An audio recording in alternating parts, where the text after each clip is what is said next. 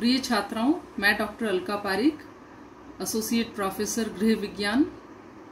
हम वस्त्र विज्ञान एवं परिधान पढ़ रहे हैं और आज मैं आपके लिए एक बहुत ही इंटरेस्टिंग चैप्टर लेकर के आई हूं, जो है सिल्क यानी कि रेशम। आपने रेशम के बारे में सुना होगा। रेशम से रेशमी वस्त्र बनते हैं और रेशमी वस्त्र बहुत ही सुंदर होते हैं। उनमें अपनी अलौकिक चमक होती है, अद्वितीय आकर्षण होता है। और पहले के जमाने में तो जो सिल्क के वस्त्र थे वो सिर्फ राजसी वैभव के वस्त्र ही माने जाते थे, क्योंकि राजघराने से संबंधित जितने भी सदस्य थे, जैसे कि राजा, महारानियां, सामंतों, इनके लिए उत्कृष्ट परिधान बनाए जाते थे, जिन पर कि सोने और चांदी भी जड़े हुए होते थे।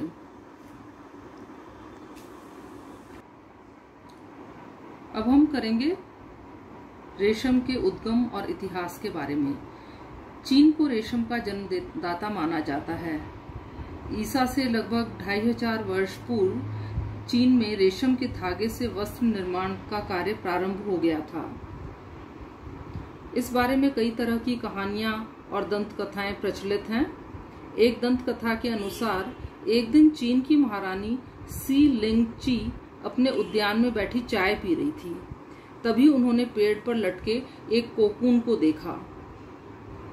उसने उस कोकून को पेड़ से उतारकर बची हुई गर्म चाय के कप में डाल दिया।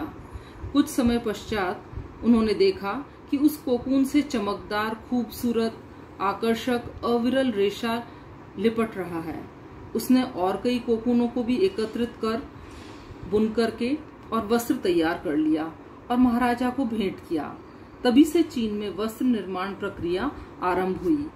चीन में उस महारानी सी लिंगची को रेशम की देवी यानी गॉडेस ऑफ सिल्क कहा जाता है और सिल्क को यानी रेशम को क्वीन ऑफ फैब्रिक्स यानी कि सभी वस्त्रों की रानी कहा जाता है, क्योंकि यह बहुत ही खूबसूरत वस्त्र होता है जिसमें कि अद्वितीय आकर्षण के साथ साथ अलौकिक सुंदरता, मजबूती, दृढ़ता, लोच और अद्भुत शिकन प्रतिरोधक क्षमता होती है। सिल्क एक नेचुरल प्रोटीन फाइबर है, यानी एक प्राकृतिक रेशा है जो कि प्रोटीन का बना हुआ होता है और सिल्क मॉथ यानी रेशम के कीड़े से ये प्राप्त होता है। वर्तमान में जापान रेशम उत्पादन के क्षेत्र में पहले स्थान पर है और जापान को ही सर्वप्रथम वैज्ञानिक विधि से रेशम उत्पादन करने का गौरव प्राप्त है। इसके अलावा चीन, Italy, Korea, France, Austria, Turkey, Bulgaria, Bharat आदि देशों में भी बड़े पैमानों पर रेशम का उत्पादन होता है। अगर हम देखें तो विश्व में भारत को रेशम के उत्पादन के क्षेत्र में चौथा स्थान प्राप्त है। यदि हम अपने देश भारत में ही देखें तो रेशम के उत्पादन के लिए जम्मू कश्मीर, मैसूर और कर्नाटक प्रसिद्ध हैं और रेशम का उत्पादन बंगाल और बिहार में भी होता है। आसाम का जो सिल्क होता है उसे मूंगा सिल्क कहते हैं। ये मूंगा सिल्क है और ये सिल्क अपनी उत्कृष्टता, सुनहरे पीले रंग के कारण विश्व भर में प्रसिद्ध है। इसे कढ़ाई के लिए उपयुक्त माना जाता है। एरी सिल्क इसका उत्पादन आसाम में होता है। बनारस, कर्नाटक, हैदराबाद, उड़ीसा आदि में भी रेशम का निर्माण कार्य किया जाता है। इसके अलावा मलबेरी से बहुत ही उत्कृष्ट क्वालिटी का सिल्क प्राप्त होता है, मलबेरी सिल्क और टसर सिल्क। इसे भी बड़ी ही अच्छी उम्दा क्वालिटी का सिल्क माना जाता है। मैन्युफैक्चरिंग प्रोसेस ऑफ सिल्क यानी कि रेशम का उत्पादन। जो इतना सुंदर रेशम दिखाई दे रहा है हमारे को, आखिर ये बनता किस प्रकार से है, तो इसे देखने के लिए हम इसका उत्पादन का पूरा प्रोसेस पढ़ेंगे। तो रेशम के कीड़े के मुख ग्रंथि से निकलता हुआ लार है जो कि वातावरणीय हवा में सूखकर रेशा बन जाता है। अतः रेशम के कीड़े को पालने से ही रेशम उत्पन्न होता है और ये रेशम के उत्पादन की पहली क्रिया है। रेशम के उत्पादन को सेरीकल्चर कहते हैं। ये एग्जाम में भी पूछा जाता है, इसलिए आप लोग ध्यान रखिए। सेरीकल्चर यानी कि वो विधि जिसके के द्वारा रेशम का उत्पादन रेशम के कीड़े से किया जाता है। रेशम के कीड़े का जीवन काल मात्र 2 महीने का होता है और इसी छोटी सी अवधि में यह 4 अवस्थाओं से होकर के गुजरता है। इसमें सबसे पहले जो कोकून होता है उसका कल्टीवेशन किया जाता है, उसकी खेती की जाती है और उसके बाद में कोकून प्राप्त होते हैं। कोकून को सॉफ्ट करके उनमें से सेरीन यानी गम निकाल लेते हैं। अभी हम इसे डिटेल में पढ़ेंगे। उसके बाद में जो भी उसका रेशा है उसको निकाल करके लपेट लिया जाता है और उसकी डीगमिंग करके यानी उसके ऊपर जो गोंद है उसे हटा करके और रेशम प्राप्त किया जाता है। पहली अवस्था होती है एग यानी अंडा, दूसरा लार्वा, तीसरा प्यूपा और चौथा मॉथ। ये एक डायग्राम है जिसमें कि हम सिल्क वॉर्म की लाइफ साइकिल यानी कि रेशम के कीड़े का जीवन चक्र इससे हम आसानी से समझ सकते हैं। ये हम थोड़ा सा डिटेल में करेंगे। रेशम के कीड़े की जीवन अवधि केवल 2 महीने की होती है और पहली जो इसके अंदर स्टेज होती है वो होती है अंडा यानी कि एग स्टेज। इस अवस्था में मादा कीड़े 3 दिन में ही अंडे दे देते हैं और अंडों को विशेष वस्त्र या कागज पर दिलवाया जाता है। इन अंडों को हवादार, नमी युक्त और प्रकाशमय और ठंडे स्थानों पर 12 से 15 दिन के लिए रखा जाता है। 15 दिन के पश्चात अंडे दूसरी स्टेज में आते हैं जिसे बोलते हैं लार्वा। और ये जो अंडे होते हैं ये मलबेरी लीव्स यानी शहतूत की पत्तियों के ऊपर तैयार किए जाते हैं। जैसे आप देख रहे हैं ये शहतूत की पत्ती है, इस पर ये अंडे हैं और ये एक एग जो है वो इस तरह से दूसरी स्टेज में आ जाता है लार्वा। लार्वा अवस्था में इनकी देखभाल बहुत सावधानी पूर्वक की जाती है। प्रत्येक अंडे से 3 मिलीमीटर लंबा लार्वा निकलता है जिन्हें बांस की बनी गोल या चटाई रूपी ट्रे में रखा जाता है।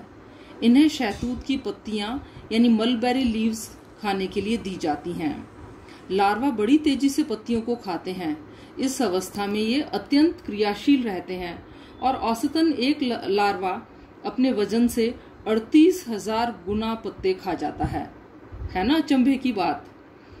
अब इनकी लंबाई 10 मिलीमीटर हो जाती है। 3 दिन के पश्चात लार्वा पत्तियां खाना बंद कर देते हैं और इसी बीच लार्वा 3 या 4 बार क्रमिक अवस्थाओं से होकर के गुजरता है। ये देखिए पहली स्टेज, ये दूसरी स्टेज और ये प्यूपा स्टेज आ गई है। चौथी अवस्था के जो कीड़े होते हैं उनका त्वचा का रंग सलेटी से बदल करके और गुलाबी हो जाता है। इनका आकार अंग्रेजी के 8 यानी 8 अक्षर के जैसा हो जाता है। यह लगातार अपने सिर को, ये देखिए इस तरह से, और ये जो होता है ये लगातार अपने सिर को झकझोरता रहता है।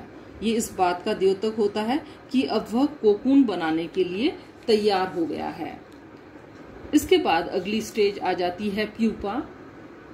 इस अवस्था में कीड़े लगातार लार यानी सलाइवा स्रावित करते रहते हैं और बच्चों यही सलाइवा रेशम के रेशे में परिवर्तित होगी आगे चल करके। कैसे, ये हम देखते हैं। इनके मुख के पास 2 ग्रंथियां होती हैं जिनके छिद्रों में तरल पदार्थ के रूप में ये लार्वा निकलता रहता है। इनमें से एक फाइब्रिन और दूसरा सेरिसिन नामक गोंद, याद रखिए फाइब्रिन और सेरिसिन नामक की गोंद निकालता है जो वातावरण की हवा में सूखता जाता है।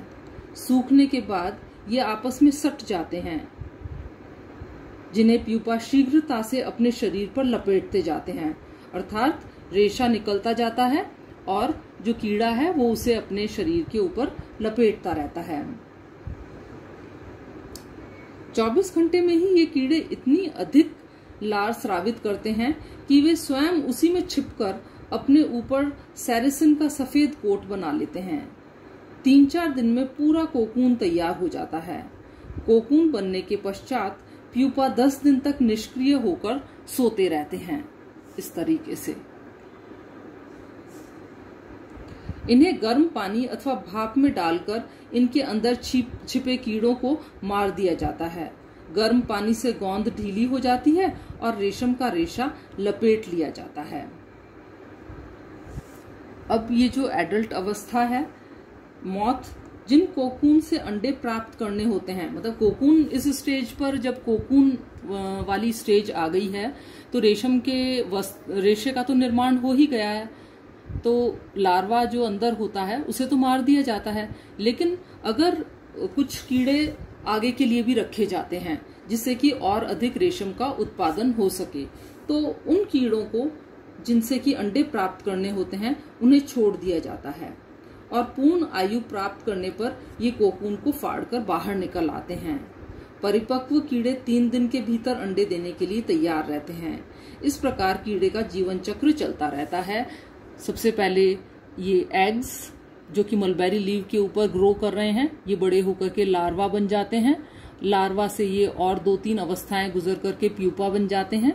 इस स्टेज पर रेशम का रेशा निकलता है जिसे वो अपने चारों ओर लपेटते रहते हैं और उसके बाद में जो प्यूपा होता है कोकून बना लेता है। इस तरह से इसे गर्म पानी में डाल करके और रेशा प्राप्त कर लिया जाता है। कोकून यहीं मर जाते हैं। इस तरीके से रेशा प्राप्त कर लिया, कोकून यहीं रह गया।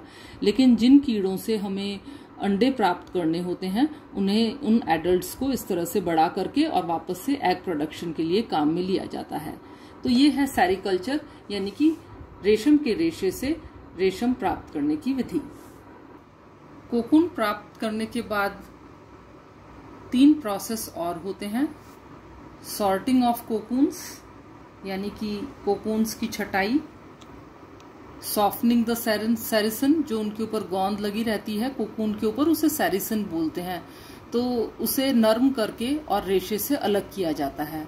और रीलिंग द फिलामेंट, यानी कि धागे लपेटना।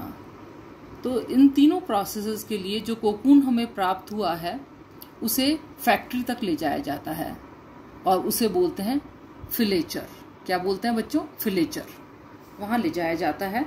वहां पर सबसे पहले कोकून की छटाई की जाती है। इसके लिए कोकून को एकत्रित करने के बाद रंग, आकृति, रचना और आकार के अनुसार इनकी छटाई की जाती है।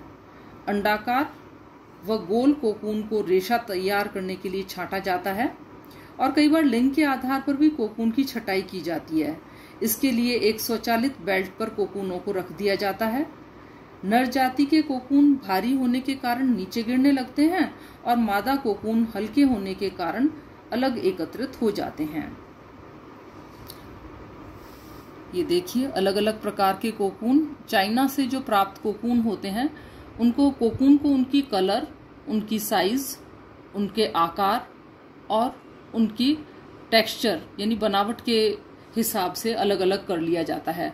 देखो बच्चों, चाइना से जो कोकून प्राप्त होते हैं वो वाइट होते हैं, श्वेत होते हैं। जो जापान से प्राप्त होते हैं वो क्रीम कलर के होते हैं और जो इटली से प्राप्त होते हैं वो पीले रंग के होते हैं।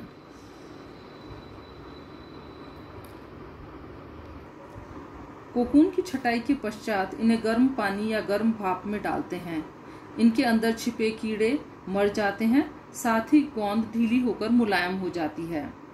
अब इन्हें ठंडे पानी से धोकर इनके ऊपर हल्का ब्रश फेरकर इनका छोर प्राप्त कर लिया जाता है। होती है धागे लपेटना, यानी कि रीलिंग द फिलामेंट। कोकून के छोर से प्राप्त कर लेने के बाद धागे को लपेटा जाता है। रेशम का एक अकेला धागा अत्यंत बारीक और कोमल होता है, इसलिए 3 से 8 कोकूनों के धागों को साथ लेकर और छोर निकालकर रील पर चढ़ाया जाता है। धागे लपेटने का कार्य निपुण और कुशल ऑपरेटर्स के द्वारा किया जाता है।